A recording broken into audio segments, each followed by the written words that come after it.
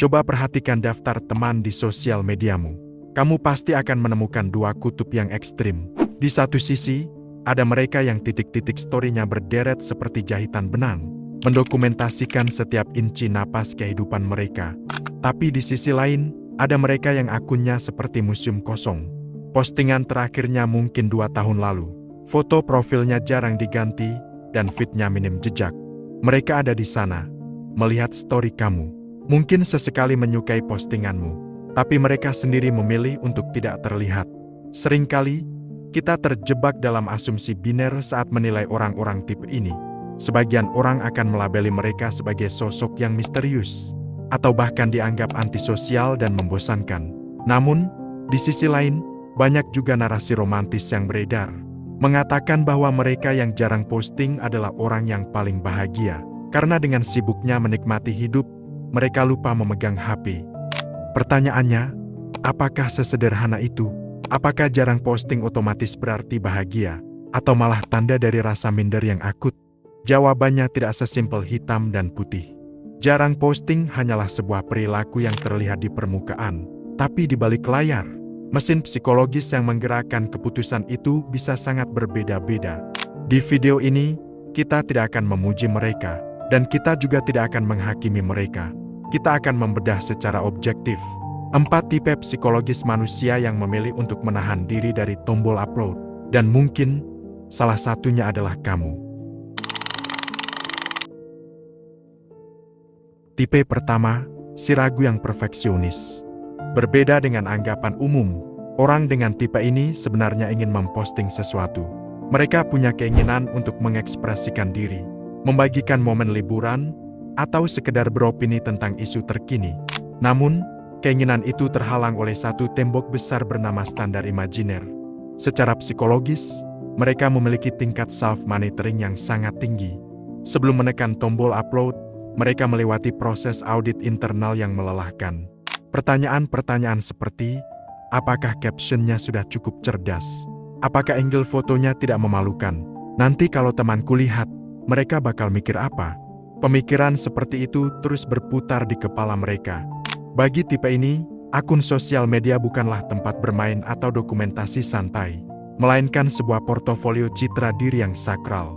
Mereka terjebak dalam ilusi bahwa setiap postingan haruslah sebuah karya yang sempurna. Akibatnya, mereka sering mengalami analisis paralysis, kelumpuhan karena terlalu banyak berpikir. Ciri khas paling nyata dari tipe ini adalah galeri HP mereka yang sebenarnya penuh dengan foto-foto bagus. Bahkan mungkin sudah diedit. Tapi semuanya berakhir di folder draft dan tidak pernah melihat dunia luar. Pada akhirnya, keputusan mereka untuk jarang posting bukan lahir dari ketenangan jiwa, melainkan mekanisme pertahanan diri untuk menghindari rasa cemas akan penilaian orang lain. Tipe kedua, si cukup diri. Bagi tipe ini, keputusan untuk tidak memposting sesuatu bukan didasari oleh ketakutan atau kecemasan, melainkan karena ketiadaan dorongan psikologis atau absence of urge. Kamu mungkin pernah melihat teman yang pergi liburan ke tempat yang sangat indah, tapi story Instagramnya sunyi senyap. Apakah mereka tidak menikmati momen tersebut? Justru seringkali sebaliknya. Secara psikologis, individu dalam kategori ini memiliki apa yang disebut sebagai internal locus of evaluation. Artinya, parameter kebahagiaan dan kepuasan mereka terletak di dalam diri sendiri, bukan pada validasi eksternal. Saat mereka melihat matahari terbenam yang cantik, pengalaman visual dan perasaan takjub itu sendiri sudah menjadi hadiah yang utuh bagi otak mereka. Mereka tidak membutuhkan reward tambahan berupa notifikasi likes atau komentar kekaguman dari orang lain untuk memvalidasi bahwa pengalaman itu nyata dan berharga. Selain itu, ini juga berkaitan dengan keterlibatan kognitif atau seberapa larut seseorang dalam sebuah momen. Ketika otak manusia benar-benar fokus menikmati rasa makanan atau hanyut dalam percakapan yang mendalam secara real time, insting untuk mendokumentasikan momen tersebut seringkali mati secara otomatis. Jadi, ketika feed mereka sepi, itu bukan indikasi bahwa hidup mereka membosankan. Itu hanya tanda bahwa bagi mereka, pengalaman hidup untuk dikonsumsi sendiri secara langsung, bukan untuk diproduksi ulang sebagai konten bagi orang lain. Tipe ketiga, si pengamat taktis. Bagi kelompok ini, sosial media adalah medan informasi, dan mereka sangat paham konsep asimetri informasi. Dalam psikologi negosiasi dan dinamika kekuasaan, pihak yang memiliki informasi paling banyak tentang lawan, tapi memberikan informasi paling sedikit tentang dirinya sendiri, adalah pihak yang memegang kendali. Mereka menyadari bahwa di era digital ini, data pribadi adalah komoditas yang mahal.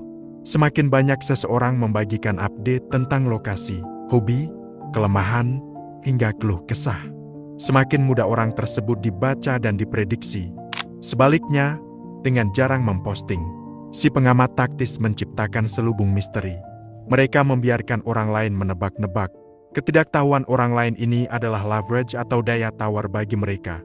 Selain itu, keputusan ini juga seringkali diambil untuk menghindari apa yang disebut sebagai audience capture, yaitu kondisi di mana kepribadian seseorang tersandera oleh ekspektasi pengikutnya. Dengan minimnya jejak digital, mereka memiliki otonomi penuh untuk berubah arah hidup atau mengubah pola pikir tanpa harus melakukan klarifikasi publik atau menanggung beban komentar orang lain. Jadi, bagi tipe ini, jarang posting adalah cara mereka menjaga kedaulatan diri di tengah dunia yang bising. Tipe keempat, si pengguna fungsional. Terakhir, mari kita bahas tipe yang paling sering luput dari analisis karena kesederhanaannya, namun sangat valid secara psikologis.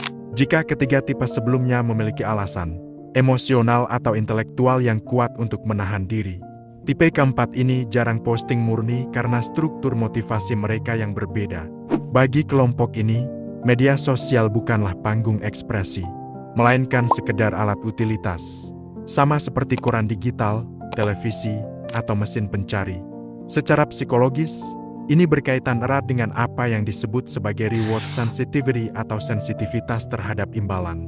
Otak manusia pada umumnya dirancang untuk merespons dopamin yang muncul dari validasi sosial.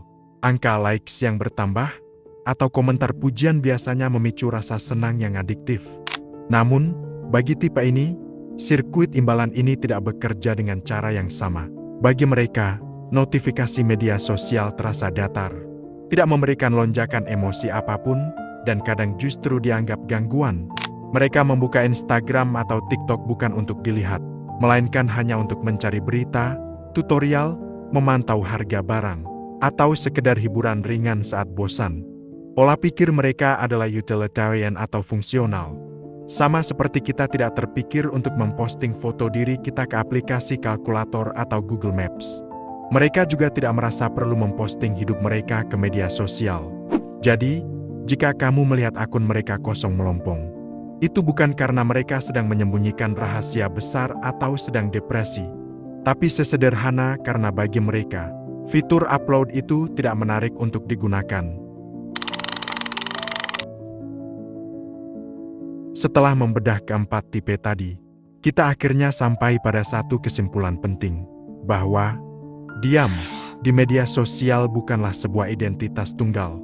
Perilaku yang tampak sama di permukaan, akun yang sepi dan minim postingan, ternyata bisa lahir dari motivasi yang bertolak belakang. Di satu sisi, jarang posting bisa menjadi tanda kesehatan mental yang prima, di mana seseorang merasa cukup dengan validasi internal atau menggunakan privasi sebagai strategi kekuatan. Namun di sisi lain, perilaku yang sama juga bisa menjadi gejala dari rasa insecure yang parah, ketakutan akan penghakiman, atau kelumpuhan perfeksionisme.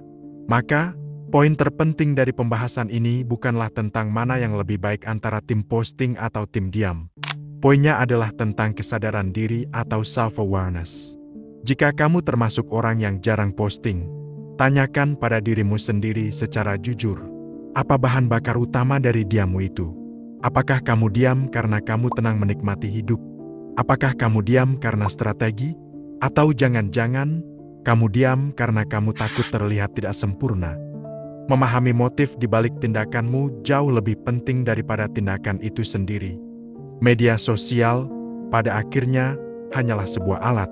Dan seperti alat lainnya, ia hanya berguna jika kamu yang memegang kendali atasnya, bukan sebaliknya, di mana rasa takut atau haus validasi yang mengendalikan jempolmu. Jika konten ini menambah perspektif baru buatmu, Dukung channel ini dengan like dan subscribe agar kita bisa terus membedah topik-topik psikologi lainnya. Terima kasih sudah menonton, sampai jumpa di video selanjutnya.